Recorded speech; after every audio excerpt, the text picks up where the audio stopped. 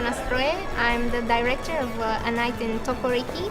You can see it at the Berlinale 14 Plus Generation Competition. The world premiere will be on Monday at 5 o'clock. And a short synopsis. It's a birthday party in the Romanian village discotheque Tokoriki. And there's this classical love triangle. And if you want to know more about it, then you should join the premiere of my short.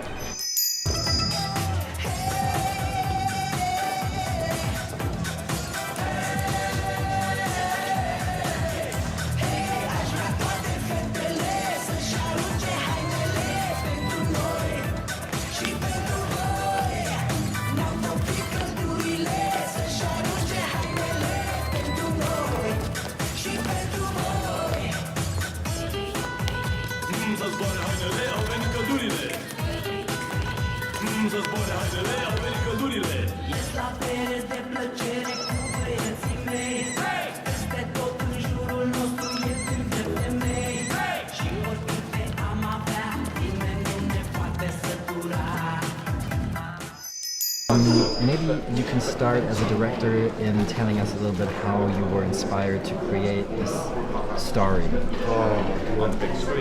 Yeah, so firstly, we're glad to be here and we're glad to be a part of Berlinale and Teddy, to compete for a Teddy Award. The film, it was quite a long story.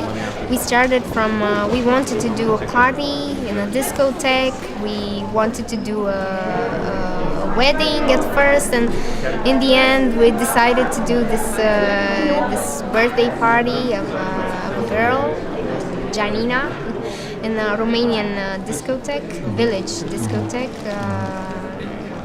and it's in the 1999, 2000. It's a lot of Romanian music from those times, and the people, our characters are dressed according to that time. And Adina, my production designer, can tell a bit more about the costumes and I thought that was the really, set design. Really beautiful, yeah, because you have the beginning and the end, which takes place outside, and then the main plot is really happening in this.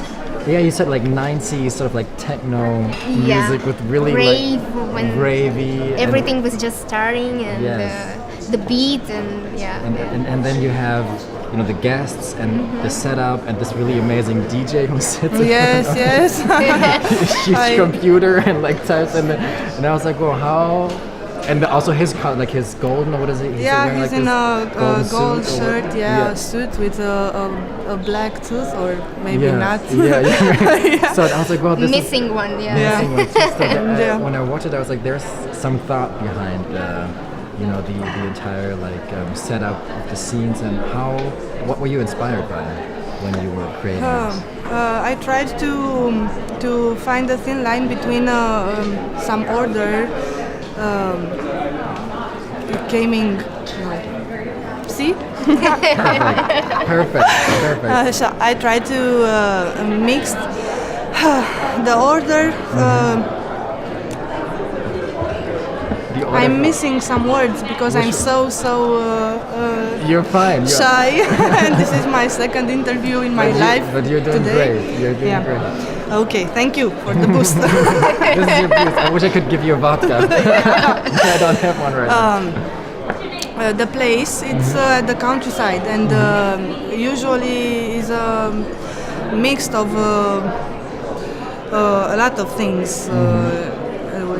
It's not a style in particular. It's a mix. It's like a kitsch. It's a kitsch. Yes. You can see it's kitsch, but it's some sort of kept in style kitsch. We can say like. I try to implement the style by the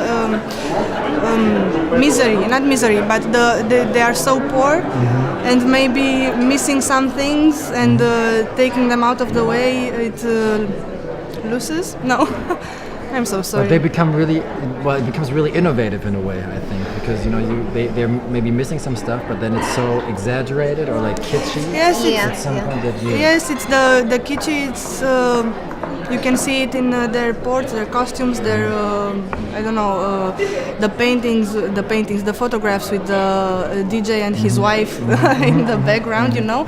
But on the other side, you have a more empty wall, you know, to balance somehow this. Like an interior design, you know. You can see the substitutes because if you watch, let's say, the DJ's place, you can see that car, how you call it, the car number, but it's number, not right. It's used for as decoration, and there are a lot of substitutes, you know, places we use in real life that we brought in this discotheque to make it feel even more exotic. And then, but in all this like kitsch and weird and funny decoration, and you were saying, if I understand it correctly, these people would maybe more belong to the countryside of Romania, like the suburbs. I try to mix those two, the kitsch and the poor side of their area and style of living, you know. Yes, and then all of this, because what I thought was beautiful. And I guess that, you know, these people have also very maybe like rigid gender norms or understandings of like how a man and a woman behaves and when you get married. And yes, they are limited. And in all this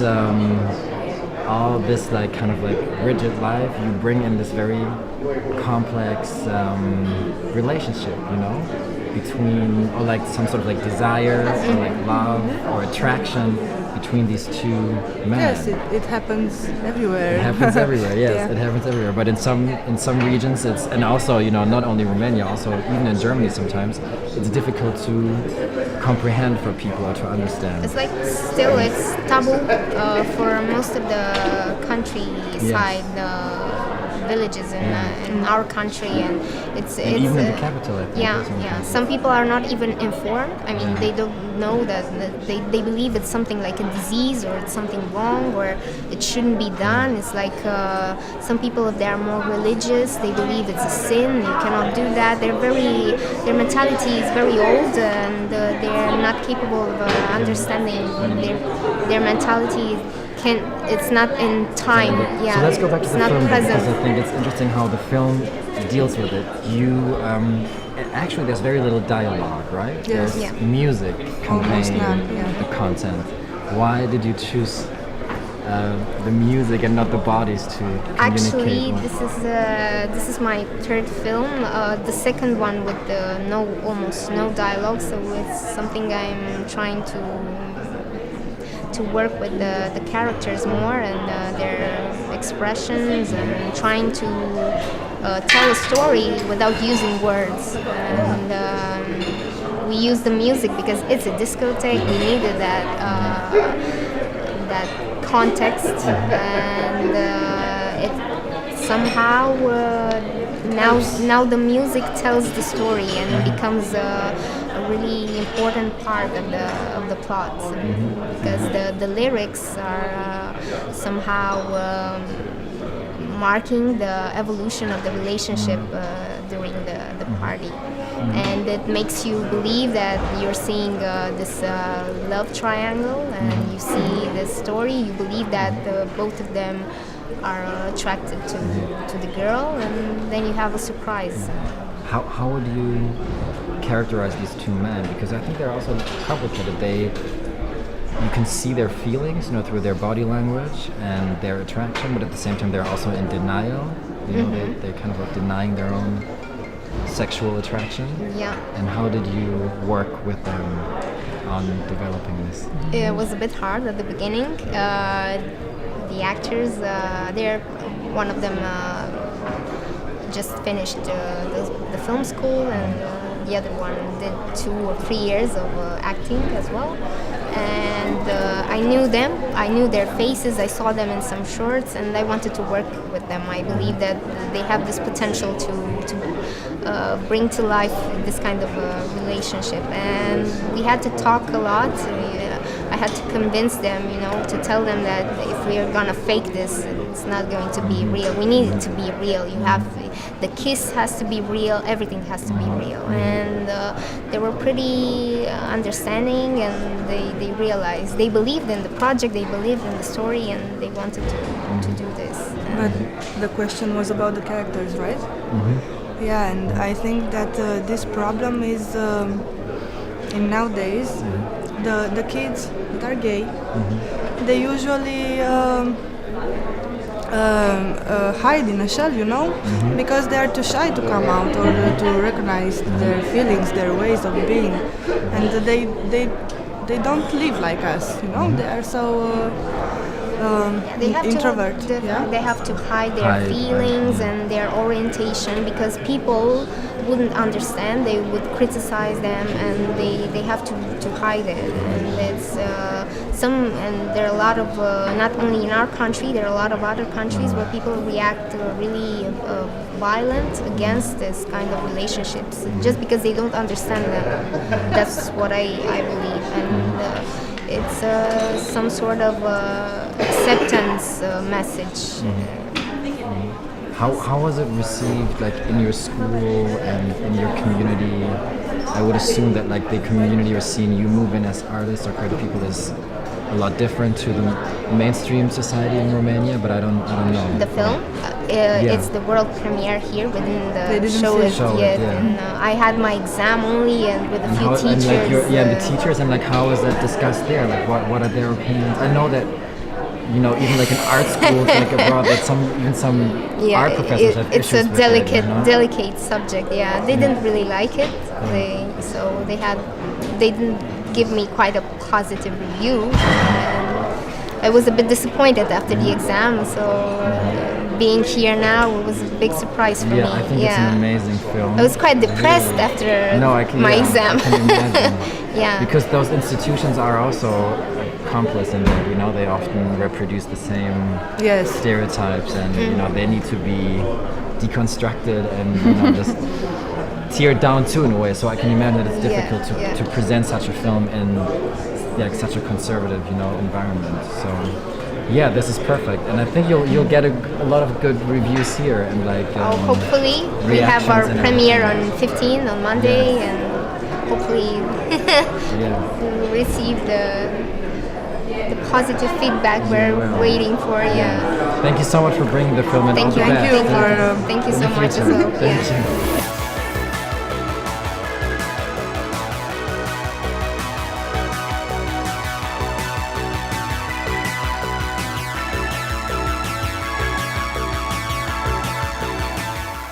How you were inspired to create this story?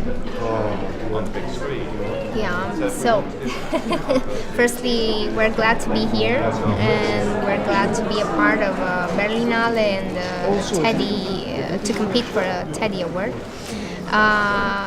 The film, it was quite a long story. We started from, we wanted to do a party in a discotheque. We wanted to do a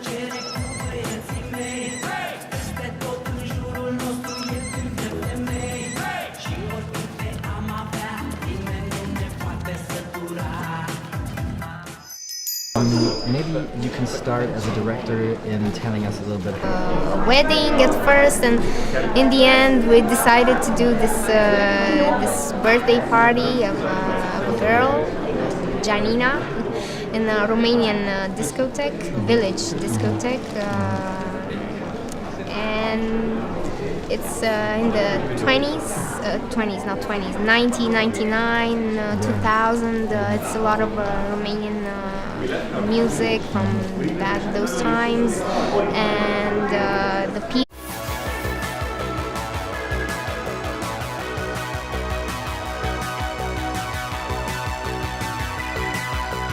I'm Roxana Stroe. I'm the director of A Night in Tokoriki. You can see it at the Berlinale 14 Plus Generation Competition. The world premiere will be on Monday at 5 o'clock. And a short synopsis. It's a birthday party in the Romanian village discotheque Tokoriki. And there's this classical love triangle. And if you want to know more about it, then you should join the premiere of my shirt.